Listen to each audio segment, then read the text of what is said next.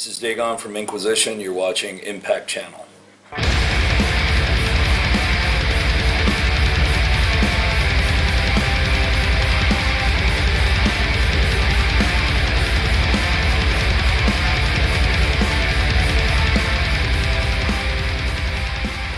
Hi everybody, here we are with Dagon from Inquisition. Hello, nice to meet you again. Glad to see you again. How are you? How's the tour so far? Good, good. It's we're on the probably first eighth portion of it, so we're in the very beginning. Good, going very good. Good to hear that. Congratulations on the latest album. What was the goal that you wanted to achieve with this one? Have a very dense, heavy, dark album. Deeper, darker compared to the previous album, which was much more explosive, uplifting, almost a positive feeling album on the previous album. And this one, I wanted to go a little bit to like to use a metaphor, the darker, deeper, further edges of the universe in essence, musically and lyrically. So. You say the previous one was lighter and more positive, and this one is darker, but I don't know if there's really a difference between the two. I mean, I'm not sure that dark is not positive. What do you think about that? And you answered your own question. I agree with everything. When I use metaphors like dark, obscure, further, deeper, unfortunately these are words used all the time. Sometimes in the right way, sometimes in the wrong way when it comes to explaining art. Not just music, a painting. Or if we were talking about a painting, when we say darker, we could say darker tones, darker colors. Or we could say thematically, darker themes, more taboo themes. I mean, we all know this. I'm not saying anything you don't know or the viewers don't know. But when I say it, I mean both. I mean, for example, in black metal we always talk about the stars in the universe. Okay, so I chant to the stars. Okay, well that's great and beautiful and thematically romantic and everything, but when you start getting into the deeper end of the topic, well, what are stars?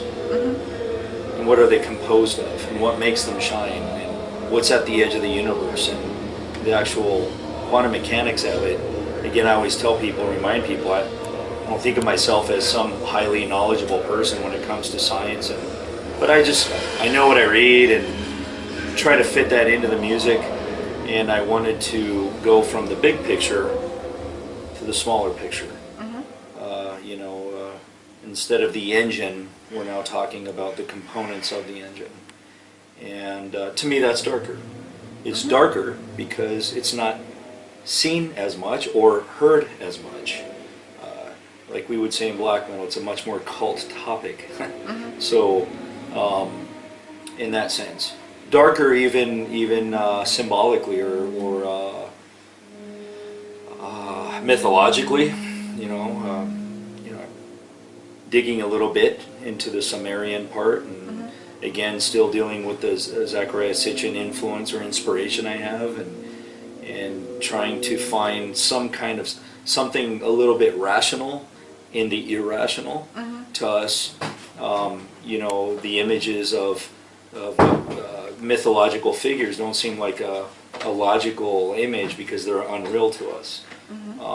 But what those mythological figures represent, which could be just simply the forces of nature, and what are behind the forces of nature, actual laws of physics, and that's when science comes in. So it's it's not like we're walking the fence. It's more like merging two things that in the end both sides are right.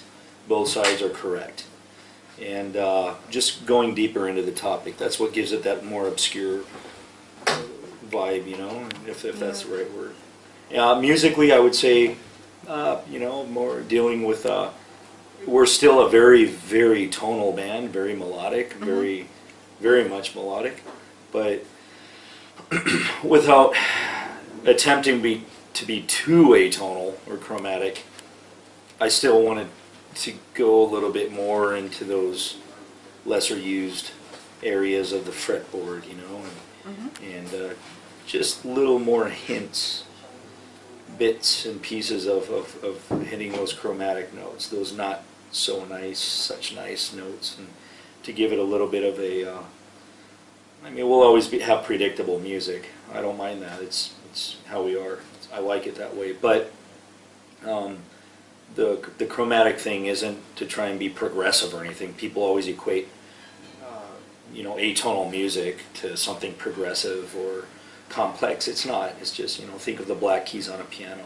So and that throws the ear off. This throws the brain off a little bit off the main course. Our brain seems to feel comfortable and on course when it's in the, you know, in the whole in the tonal notes. And so I wanted to throw people off a little bit. And when people are thrown off a little bit, you might feel like every now and then in a few milliseconds thrown off, you know, in a good way. And if it's done under the right phrase, if vocals are happening there, then those are the little dark things that I wanted to throw into the album. So it's kind of helping people to re-evaluate or rethink things a little bit with this that you mentioned, getting them out of the comfort zone. Yeah, and with Inquisition though, you know, we're not a highly sophisticated band that takes, you know, hours upon hours to fully understand. And, you know, for example, Death Spell Omega, they're a complex band. They're everything about them. It's how it seems complicating, and that's how they want it. I rarely use bands as a reference, but they're a very good band to use as a reference that really got people out of that comfort zone and is writing very unpredictable music. And so I don't want anybody to understand that I mean it in that sense. But we work. When I write, when I say we, to respect us as a band, I'm not a solo artist, but when I am writing the music, you know, I'm old school. I don't mind predictable music. I love tonal music, but there's a certain art. You know, there's a certain art to keeping things simple, keeping things traditional, and, you know, maybe even typical and predictable. But there's a certain art to not boring people with the same old 1,000-year-old formula, you know. And the way you change that, I'll speak for myself, the way I change that is, or the way I try to keep that interesting is to make very, very, very small, almost subconscious-like level changes to where you don't have to sit there and analyze it to understand it. You just think, this is just another same Inquisition album, maybe at your first reaction. And then maybe months later, some part of your mind has started to detect the changes. You know, maybe you see these dots on the wall, on that white wall, and you think, here's another wall with all these dots on it. But then you realize later, wait, no, instead of 10,000, there's 10,025. So, and those 25, what are they? And those might be some notes or scales or words that haven't been used in previous albums. Or so, you know, playing it safe, you could say so. I'm safeguarding something I'm very proud of, our style that took time to mold and forge and shape. Of course, I mean, there's nothing wrong with being safe in that sense. But it's good to bring new elements in, and in this case, it's all these obscure things I'm bringing up now. Are you experimental outside of music? I would say so. I take risks, yeah, sure. Yeah, absolutely. If you would have time to learn to play a new instrument, what would be your choice? It would probably be a key instrument. So I would really take on, it's not that I like piano, I don't really like piano, but I love electronic music. A lot of people know that now, but I really love electronic music. I can play them, but I'm not a full, you know, musician with a keyboard. I would probably want to take classic piano, so I could have my own harpsichord, clavichord. Absolutely love those instruments with a passion, the clavichord and the harpsichord. Even their predecessors that go further back to the mid-Renaissance period and before that. I thought you would say piano. Yeah, okay. Okay. What would you do if you would wake up tomorrow to realize that you are completely mute? Well, I would probably appreciate literature even more than I already do. Even though when you read, you're reading, you're not speaking. But not being able to speak might be a lonely feeling. And so literature might compensate for that negative form of solitude. One thing is to choose solitude, another thing, to choose it, to look for it and want it. But to be completely silent, not be able to verbally express yourself or ideals or yeah, that would be interesting. For some reason, just being spontaneous right now, something tells me that reading would help. Not really music, because music, that'll work either way. But something about maybe because reading, you feel like you can have a two-way conversation between your mind and the book, speaking back to you, maybe. Any good books that you have read recently? Would you recommend anything? I'm still reading again, like The 12th Planet, probably for the third time. Oh, it's teaching. Yeah, I need to read it over and over. I don't think I've read one book that I fully understood right away. I really don't read a lot. And when I do, it has to be something that really, really grabs me. And I need to read very slow, back and forth each chapter. Yeah. I want to understand. I have a problem too. Well, it's not a problem, but maybe I'm a little obsessive with wanting to understand that I can read very fast, but I feel like I'm lying to myself to tell you, oh, I've read this book, and I've read this book, and I've read that book. There's people I can point to the wall and say, I've read all these books, all 2,050 books. But how much of that do you retain?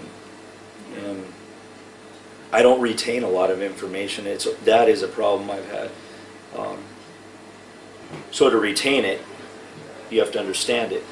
To understand it, you have to like it. But how do you like it? Well, you like it by understanding it. But if you don't understand it, you can't like it, you see? So that takes time. Yeah. And Sitchin is like that anyway. There's a lot of information on every page of his book, so... Even if it's a big lie, even if he's wrong, I don't care. That's not, I'm not saying you are implying that, but I read that and I think, if he's right in something, somewhere he's got to be right in something. Yeah. Because all he did was take information that was passed on to him. Yeah. And he has very good metaphors. Very good metaphors. And a lot of the mythologies people believe in, their cultural, beliefs, mythological cultural beliefs, whatever their gods are, that's all metaphors, that's all it is. And if you keep going back, culture before culture, and you end up in Sumeria, and I know there's like around around the Baltic, not Baltic area, somewhere around Croatia, that area. I know they've been finding ruins and stuff from like 9,000 years ago, but we always go to Sumeria for really obscure references, especially in this music, because it was, as a civilization, it's what we know most about from such a long period of time ago. And what they left us in those clay tablets is amazing. Another reason why, in case, not to go off topic, but the Sitchin thing, why it's so interesting is because, this music always prides itself, still today, it seems a little dated, to be such an anti-Abrahamic form of music, anti-Christian, and all the other controversial stuff. But overall, it's anti-Abrahamic. And isn't it funny that everything we are against, it so happens to be that they say, Old Testament especially, like 90% of it was taken from the Sumerians. It was a ripoff, complete, almost direct copy. The deluge and all this stuff, So I think what Sumeria has, Sumerian history has its place in black metal, big time. I just don't want to take approach of it, you know, like Melchizedek does, or Nile with Egypt and all that. It's not about that. It's, in this sense, it's more about gods of the gods and what we're doing here. Again, going back Yeah. from the big picture to the small picture. To the Or small gods of the picture, and gods. the big picture is that we exist, the universe exists, there's no meaning. The universe doesn't care about who you are. We have no meaning. Humans look for meaning, but at the end of the day, we're nothing. But usually, what's funny about biology in itself is that supposedly everything we do and the reason we exist needs to exist. But emotionally and ideologically, there's no purpose. So we need to exist for, I don't know, the entire food chain. Some kind of a food chain, from the microbacteria to us, to the greater animals, to the rest of the universe. Things that have no conscious and exist, not existing, but living things that do have a conscious. What a conscious is, I don't know. Does an oyster have a conscious? Does a human have a conscious? You know, we do, I guess. Well, we need to ask the oyster, I guess. Yep, yeah. But when it comes to a human perspective, we seem to think it doesn't. You know, and science can't prove that yet. They can't really, or an atheist can't say, you know, that if you're spiritual, you're ignorant. Because the newer atheists now, they're trying to say that any form of spirituality is just wishful thinking, basically. You show interest in ancient cultures, definitely. And how about ancient languages? Do you think that certain languages have different vibrations or different energy levels? No, not really, because language, I'm going to try and stay on track on this one, because I was actually watching, I really wish I could remember who this was. I forgot the name. But anyway, he's a famous linguist. And he was saying that language, we are learning more now that language really does evolve. Well, I don't want to confirm this, but what I understood from it is that language, yes, it's an extension of your thought, but we're learning that language, if I can make sense, influences culture. Yeah. And that really, the way, for example, in your culture, the way your language evolved and is, can be, if you can make sense of this, is a good representation of how your mind culturally is, how it works. Yep. In other words, we have this stereotype that Germans are very calculating and over-analytical, and they over-engineer things, and their language is very complex. Yes, it is. You know, you have cultures that are very, very emotional. A lot of the Latin culture is very emotional, very passionate, very expressive, and their language, you know, they're the Romance tongues, and it can't be coincidence. So that might, our languages evolved, or I'm avoiding using the word constructed, but our languages evolved, I guess, likely from minds that thought alike, and that seed was spread and through those genes in that particular area of the world, and just like the customs, and so language is a reflection of a particular culture. Yeah. It really is. Now, if all of us as people around the world are the same, we have the same DNA, we may have different skin colors and hair color and all, but you know, they say we are one species. But culturally, we can be very different. Therefore, our languages can be very different. Our languages are very different because our customs are very different. So I know I'm repeating. Can you repeat the question again? I was asking whether different languages, mostly ancient languages, have different vibrations, different energy levels, in your opinion? In a mystical sense, Yeah. correct? So, spiritually, do different humans think differently spiritually?